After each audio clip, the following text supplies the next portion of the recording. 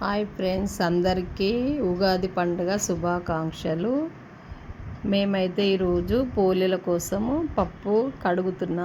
శనగపప్పు ఫస్ట్ ముందు కడిగి నానబెట్టి కొద్దిసేపు నానబెట్టి 2 విజిల్ వచ్చే వరకు పెట్టాను. తర్వాత పిండి కొంచెం పసుపు వేసి పిండి కొంచెం వాటర్ మొత్తం కలిసేదాకా కలుపుకొని కొంచెం వాటర్ వేసుకుంటా పిండిని కూడా తడుపుకున్నాను. ఎందుకంటే వాటర్ ఎక్కువ వేస్తే మెత్తగా అయిపోతుందని కొంచెం వాటర్ వేసుకుంటూ దాన్ని ముద్దలాగా వచ్చేలాగా కలుపుకున్నాను. తర్వాత ఒక 10 నిమిషాలు మొత్తం కలిపి 10 నిమిషాలు పక్కకు పెట్టాను. మూత పెట్టి 10 నిమిషాలు పక్కకు పెడితే మెత్తగా నానుతుంది. తర్వాత పప్పు ఉడికిందా లేదా అని చూసుకొని, పప్పు అయితే బాగానే ఉడికింది. అది మెత్తగా ఉడికితే మొత్తం పూర్ణం అంతా పలసగా అవుతుంది కాబట్టి కొంచెం పెద్ద పలుకు మీదనే ఉడకబెట్టుకున్నాను.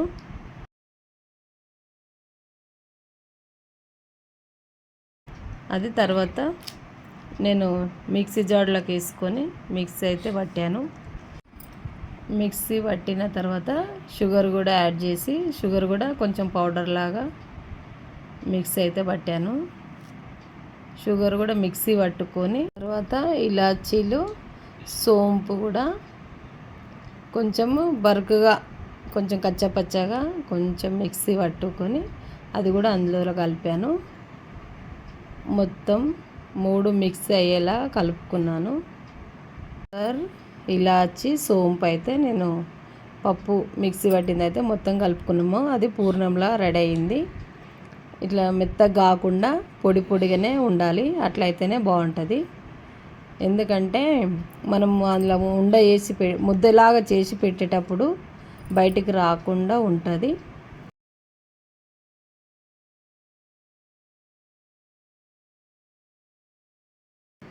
చపాతీ పిండిని తీసుకొని మనం చపాతీ ఎంతైతే వేస్తామో ఆ సైజులో పూర్ణం తీసి అందులో పెట్టి బయటికి రాకుండా కొంచెం పొడి పిండి వేసుకొని చపాతీ అయితే ఎట్లా తాల్చుకుంటామో అలా తాల్చుకోవాలి. మన ఎంత సైజు కావాలంటే అంత సైజులో తాల్చుకోవాలి. మనకు ఎంత సైజు కావాలనుకుంటే అంత సైజు. మనకు సన్నగా కొంతమంది లావుగా ఇష్టపడతారు, కొంతమంది సన్నగా ఇష్టపడతారు. కాకపోతే నేను ఇంతే చేస్తాను. నెయ్యి వేసాను. నెయ్యి వేసి కొంతమంది ఆయిల్ కూడా వేసుకుంటారు.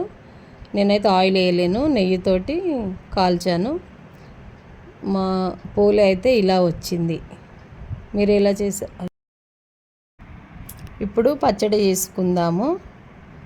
ముందుగా అయితే చింతపండు నానబెట్టుకున్నా. నేను చింతపండు కొంచెం నిమ్మకాయ అంత సైజు చింతపండు, కొత్త చింతపండు, తర్వాత బెల్లము, ఇవి డ్రై ఫ్రూట్స్, వేప పువ్వు, కొబ్బరి, ఎండు కొబ్బరి, మామిడికాయ. ముందుగా అయితే నేను బెల్లం తురుముకున్నాను. సన్నగా తురుముకొని అవి గిన్నెలో వేసి, కుండలో కూడా చేయొచ్చు. కాకపోతే నేను కుండ తీసుకొచ్చినా కానీ మర్చిపోయి గిన్నెలో చేశాను. అది కొత్త కుండ కదని వాటర్ పోసి బయట కడిగి పెట్టాను. వాటర్ పోసి మర్చిపోయి నేను గిన్నెలోనే చేశాను. తర్వాత చేసినాక గుర్తుకొచ్చింది. కొబ్బరి వేసుకున్నా.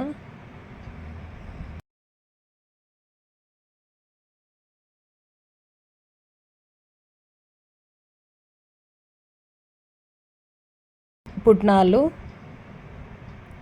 తర్వాత మామిడికాయ ముక్కలు,